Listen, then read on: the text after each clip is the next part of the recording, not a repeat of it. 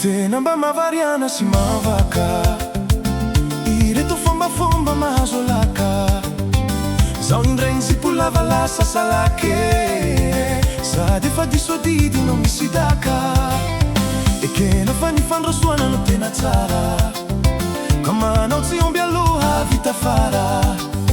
Kila ivaky tampona sy tanavo, lasa kokoraze sy coupe garçon.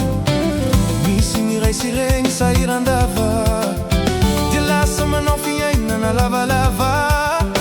Nilay toa fetsifetsy, ny vavy misovedely, didizy mianakavy tsy lay tsy vavy.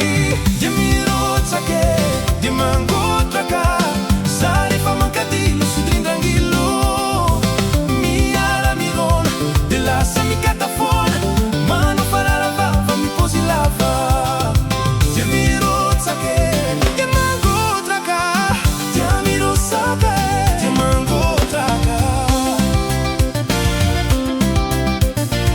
Dia mirotsaka, dia mangotraka. Dia mirotsaka, dia mangotraka.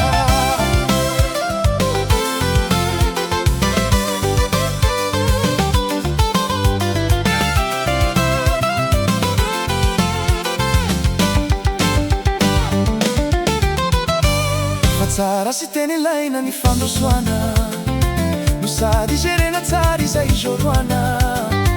Tsy nitaretra dia mataitre, ka nivokany avy eo andraino tsy lahita.